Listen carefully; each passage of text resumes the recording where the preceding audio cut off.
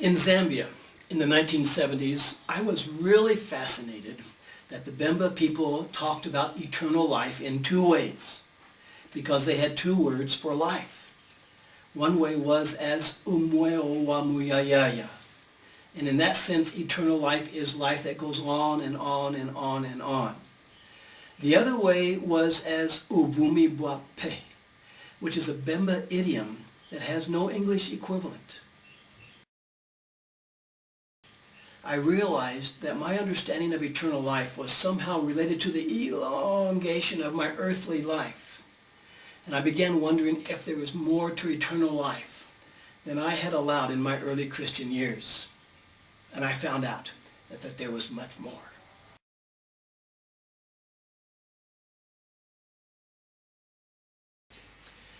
Other words for life have come to our attention in Kenya since the 1980s. The Swahili words for life are maisha and uhai. The Doluo word is ngima. I became interested in the way ethnic and tribalistic pride of their own human life separated many people. Many problems arise between tribes because of the way they spell life, the way they think about life. And I began wondering how my Christian methods and messages were somehow twisted around different human understandings of life. So there are many spellings and there are many meanings beyond our English word, life. Now, I am most fascinated by the way Jesus spelled the word life, because he had two ways. One way was in Greek, bios, which referred to human life that's created. And then the other way is the Greek word zoe, which usually referred to divine life that is uncreated.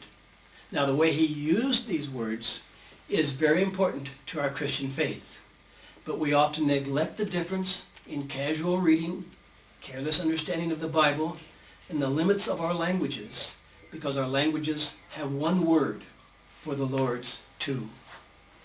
Jesus always used zoe in reference to eternal life. He always used zoe in reference to God the Father. He always used zoe in reference to his own life from the Father. And he always used zoe when referring to our salvation. I distinguish between these two words by capitalizing the letters of life when it is referenced to zoe. I distinguish them verbally by referring to God's life as big life and to human life as small life. I know no other way to do this in the spoken language, and I do want to make the distinction so that people will overcome some of their assumptions about the word life as it is used in the Bible. So now we come to the Gospel of John. This book in the Bible has been called the Gospel of Life by some, and I like that.